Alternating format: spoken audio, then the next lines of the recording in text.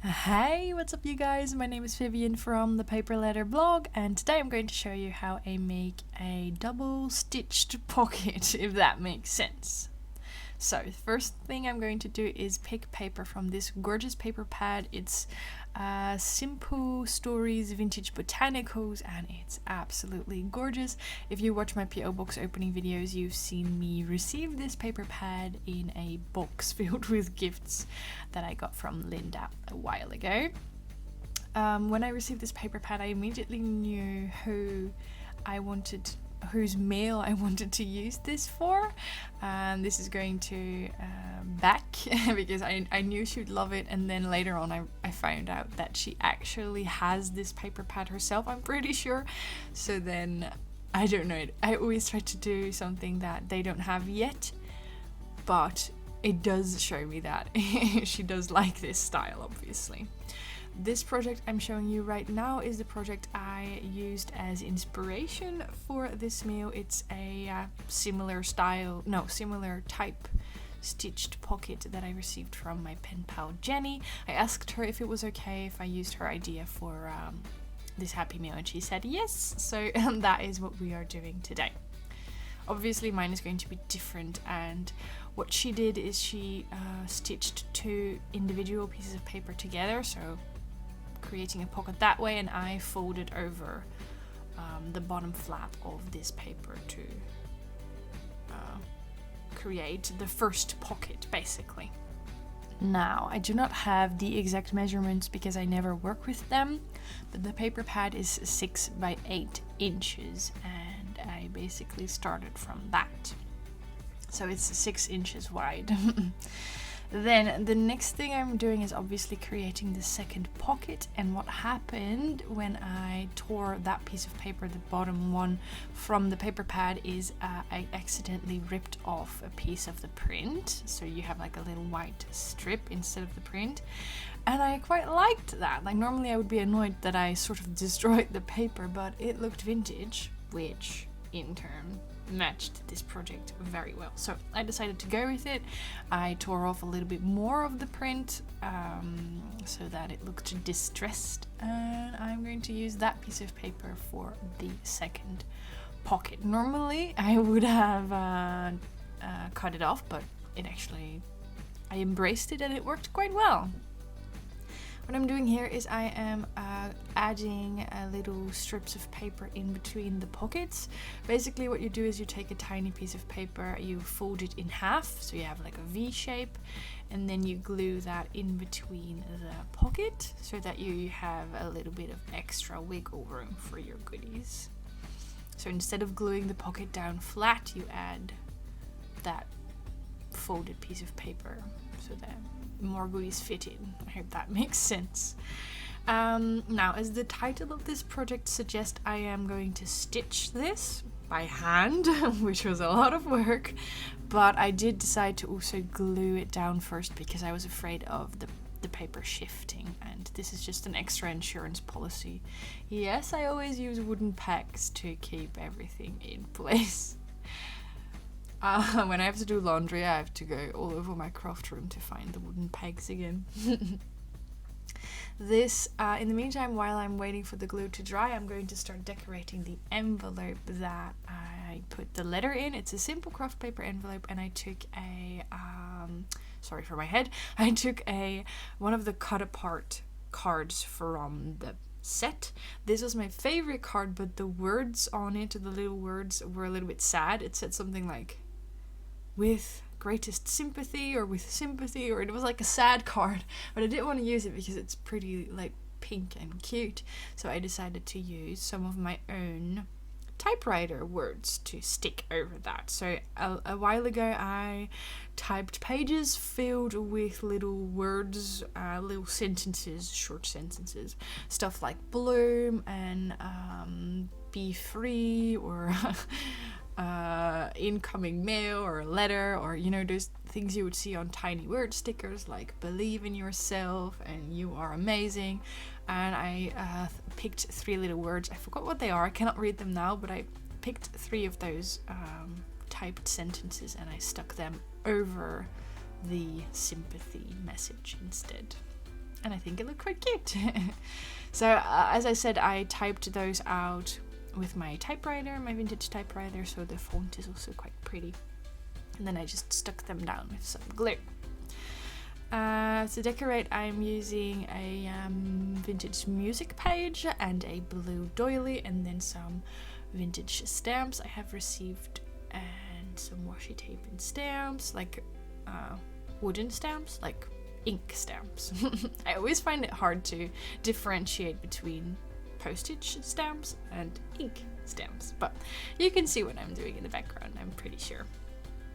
So I thought it would be nice because the pocket itself could have also held my letter, but I love creating mail with all sorts of little elements. I've been loving doing that lately because I know a lot of people enjoy making big mail, as in like a fat flip book or a pocket letter or something like that, but I actually find myself struggling with big mail quite a bit. So I've lately been enjoying making bigger mails with smaller elements, if that makes sense. So like I'm doing here, I made the pocket, the stitched pockets for the goodies, and then I'm decorating this envelope to hold my letter, and then I'm also going to decorate a couple goodie bags to hold some goodies, and then there's still like a lot of love and a lot of crafty elements and a lot of little details to it, but it doesn't intimidate me as much as one big project because it's all little individual items that I can customize as I please. And I have to admit that has really helped me because I don't know, sometimes I worry so much that I take the fun out of crafting. That's a learning process because I've already gotten a lot better at that. So I hand lettered the word letter. Very inspirational, but just wanted to make sure that she would know exactly what she was getting herself into. Since I already had the vintage stamps on my desk, I thought I'd share some with her, with Beck. I mean, they're so much fun to either gift, because there's some gorgeous decorations on some of them, and they're also fun to use for decorating, as you saw me do before. So that's gonna be the first little envelope. This is one of the boxes I have with, this. I showed you that I knocked over the box of stamps, so they were all over my floor. Anyway, that was one of my boxes with like wax sealing supplies, and I sometimes pre-make a couple of wax seals on some wax paper, which is just kitchen paper. So I picked as you can see in the top right corner, I picked a cute little light green wax seal stamp to close off that envelope with the stamps. Yeah, I sped this up 60 times and I didn't even film the whole process, but I ended up obviously stitching around the project, and this is how it looked in the end. I have no idea how to call this type of stitch. It's just a regular stitch because I don't have that many sewing skills, but as I said, it's just a simple stitch to keep the pockets together and mainly to add a little bit of like a handmade touch to it, because when I received that project from Jenny, I really loved the way that it looked. It just adds something very special. So in the beginning you saw me pick a couple different threads because I was planning on using both a pink and a white thread, but I couldn't, like the needle wouldn't go through the paper with that much thread, so in the end I just went with white instead. Then I'm die cutting. This is another gift I received from Linda, believe it or not. She gifted me some of those pretty Tim Holtz dies. I made this right after I received that box, so I immediately wanted to use it all, so I cut some of those pretty flowers to give as a gift to Beck. That is a little bit of a sad story because Beck has done an unboxing, like an opening of my mail, and then we could see that it was opened by customs. I don't know, I always put a customs form on the back. I'm wondering if I forgot that this time, but they're probably also more careful now with the current situation. So they opened my mail and then obviously they stuffed it back, and then a lot of the die cuts that I cut were damaged a bit, but I hope she can still use them. What I'm doing here, obviously what you can see in the background is only a part of my current biggest obsession, which is all of my washi tape stickers. And I love using washi tape stickers as is, but what also looks really, really cool is when you stick a washi tape sticker onto some vintage paper first, so that you have like a backing if that makes sense. And then I cut it out again. So I have one regular washi tape sticker, and I have one that is backed with vintage paper. I think it just defines it a little bit more, especially on a busy background like this. And then that is one of the die cuts that I cut before. I cut most of them also from vintage paper or vintage looking paper or similar colors because I thought that would look nice and aesthetically pleasing. This is a vintage ticket I also cut from a very old page, like it almost crumbles to the touch, and I just wrote hello Beck, if I'm not mistaken. Yeah, hello Beck, and then I did some doodles. And then I'm adding some more stickers from that little green baggie that I received from one of you guys. And I'm basically decorating. I don't think I have to explain. Sorry for my head. The whole time I was doing pretty well in the beginning of this video, but I when I get enthusiastic, I just lean over a lot. So I'm adding some doodles here and there. Now that explaining is out of the way, I will explain more as I go. I also have something to tell you, because I think I already mentioned it before, but on June 1st, restaurants, like fingers crossed, but restaurants are allowed to open again, businesses are allowed to open again.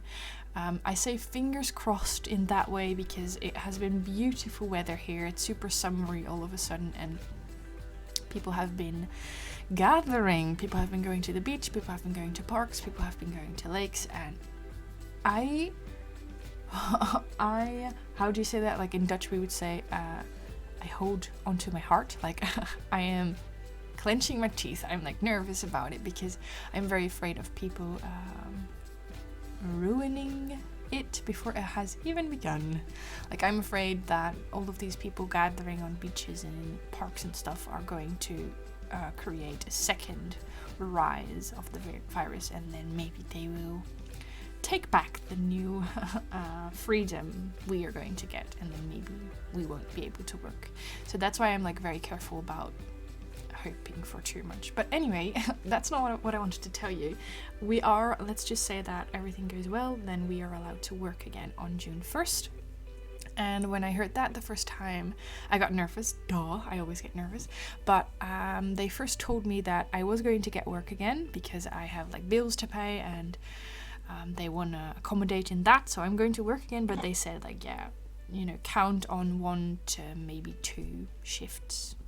Don't count on too many hours because there's just none. But then the other day, I got my my current like draft version of the roster, and I already have back my normal shifts. So I'm already working 3 days, like full days. So that's a lot more work than I anticipated. So, which is obviously great. I can pay my bills, but it does mean that YouTube is gonna go back to the way it was before the lockdown. At least that's how I feel about it now, because if I work 3 full days and I also have to edit and upload and film 3 full videos a week, that is a bit much. So maybe if I can, I'll obviously still do 3, but if I can't, I'm just gonna have to accept that I have to go back to 2 videos a week, and I hope that's okay with all of you as well. Obviously, if I can, I'd still love to do a live stream every now and then, but I can't make any promises. I have to protect myself as well, because it's going to be weird to work 3 full days again, regardless of what I do with YouTube. Okay, this is going to sound weird, but the voiceover you were listening to before was recorded this morning, and I'm now recording at night. Normally I wouldn't point that out because it happens often that I start a voiceover at a certain point in time and then I finish it another point in time, but I'm gonna point it out now because I'm probably going to sound a lot different, because in between working on this video I've had a meeting at work, and I have to admit it made me anxious. For those of you, like, I haven't talked about my anxiety. I talk about my anxiety a lot, but I haven't done that super recently. And because I've been doing a lot more videos, a lot more live streams, I know there's new people here. But hey, my name is Vivian, and I have social anxiety. I have a lot of different anxiety disorders, or I used to have a lot of different anxiety disorders. But the main part is social anxiety.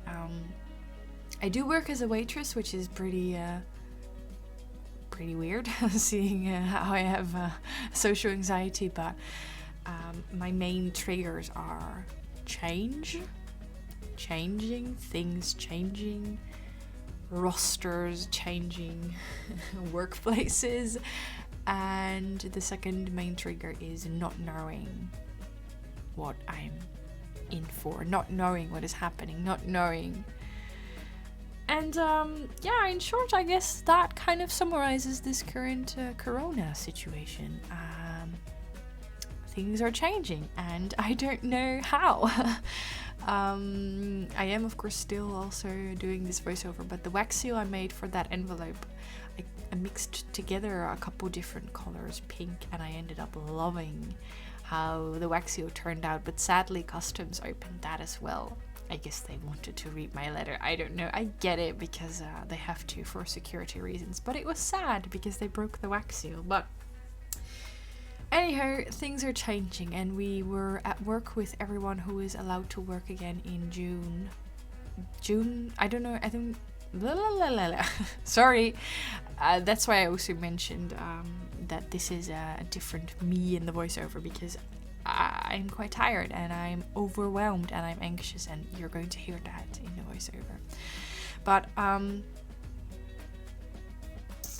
what was I going to say? I completely lost my train of thought. But oh yeah, I haven't mentioned this quite recently, but in the Netherlands, restaurants are opening again in June. So the 1st of June, restaurants are allowed to open again, obviously with a lot of rules and a lot of legislations and a lot of different things, and 1.5 meters between guests and all of that. And that was what today's meeting was about. So we learned about these rules, and we learned about the rules that my workplace is setting and how we're going to change everything. And it was a lot. I mean, it was a lot for everyone, don't get me wrong. It was a lot for everyone, anxiety or not. But for me, it's just, I see so many, like, everyone sees problems with this. Everyone is afraid. Everyone is nervous about how it's going to go. But for me, my brain obviously zooms in on everything that could possibly go wrong. But I don't mean to bring anyone down. I know that a lot of you also come here to get a break from their own anxiety or from their worrying. So the last thing I want to do is burden you with my worrying. But I did want to share this because a lot of you hear it in my voice when I'm not at my best. So I wanted to explain it. It's like, there's no point in hiding it. I'm not ashamed. I wanted to say I'm not afraid. Yeah, I am. I'm not ashamed of my anxiety, and I know that it helps people to hear someone else talk about anxiety, because we are quite likely going through similar thoughts. So that's why I sound so negative. That's not what I mean to do, because as I said, it did cheer me up seeing everyone again, and I did miss my job. I mean, I haven't been able to work when I go back. I haven't been able to work for 2.5 months. I haven't been able to do what I love most for 2.5 months. So yeah, obviously I'm excited to go back, but I'm just nervous about everything being different, and I'm one of those people who likes things to be the same. Like, I don't care if every Monday is rather similar. That's like what I thrive on. That's what I enjoy, working with the same people and kind of knowing what my day is going to look like. And now I won't know, and that is just, regardless of Corona, that is just something I struggle with a lot. So this is just, it's just another bump in the road, and it's a big bump, but it's a bump regardless, and I'm going to get through this, and I know that as well. I mean, I also had my coworkers, like, they obviously noticed that I was going pale, and they obviously heard I asked some questions, and they obviously realized why I was asking certain questions, and so they were also quite nice about it. I mean, my current supervisor, he was like, Vivian, like, one of the new things we're getting is a host. Like, we would normally all act as a host in a restaurant, meaning we'd all accommodate guests who walked in, but we're going to have one host, and that is something that I was most nervous about, because the host is also going to be the person who needs to tell people that no, they cannot sit down, or like, the host, it's a big responsibility basically. So that was the job I was most nervous about. And then my supervisor, he came to me and he said, Vivian, obviously everything is going to be different, but most likely I'm not going to place you in the host role because I know that 3 days before you have to work you already won't be sleeping. And that made me smile, first of all because it's true, if he were to make me a host I probably wouldn't sleep for a week, but second of all it's really nice to know or to realize that someone knows you so well, like someone understands you so well. Like I didn't even have to tell him that it made me nervous, he just knew, and that means so much. So I have that supervisor, and I have another supervisor who sees straight through me. It's like I cannot hide anything from them, and that just it helps. Like, oh, it's such a relief to not have to tell someone, hey, I'm anxious, please help. Someone just taking that worry away is, yeah, I think you all know that it means a lot. So don't worry about me. It's a lot, yes, I've said that 6,000 times now, but I will make it through, and I think we will all make it through. And it's gonna be different, yes, but it's gonna be different for everyone. So I think that will help. Like, we have to get through this together regardless of the situation. So I really hope I didn't bring anyone down. I didn't want to share that because I'm also home alone. So I just had an hour long, I'm not even kidding, I had an hour long phone call with my parents because I needed to get that off my chest. But I also wanted to share it with you because I haven't talked about Corona and everything in my videos on purpose because I wanted my channel to be a bit of a break, but I did want to share this because obviously it might be recognizable for a lot of you. So that's all I'm going to say about it. I hope you guys are doing okay. I started telling you this because my YouTube channel may go through some changes. I promise that I will upload as many videos as I can because I enjoy doing it, and I know and I've seen that it connects people, and that warms my heart. It literally warms my heart. And yeah, I hope it brings you some joy in a day as well. So that's it for me today. I'm going to enjoy my quiche now because I'm home alone. I get to eat salmon, which is good. I hope you guys have a lovely evening or daytime, regardless of what is going on in the world. And I will talk to you again soon. Thank you for watching, and breathe in, breathe out. I will do that tonight. Bye bye.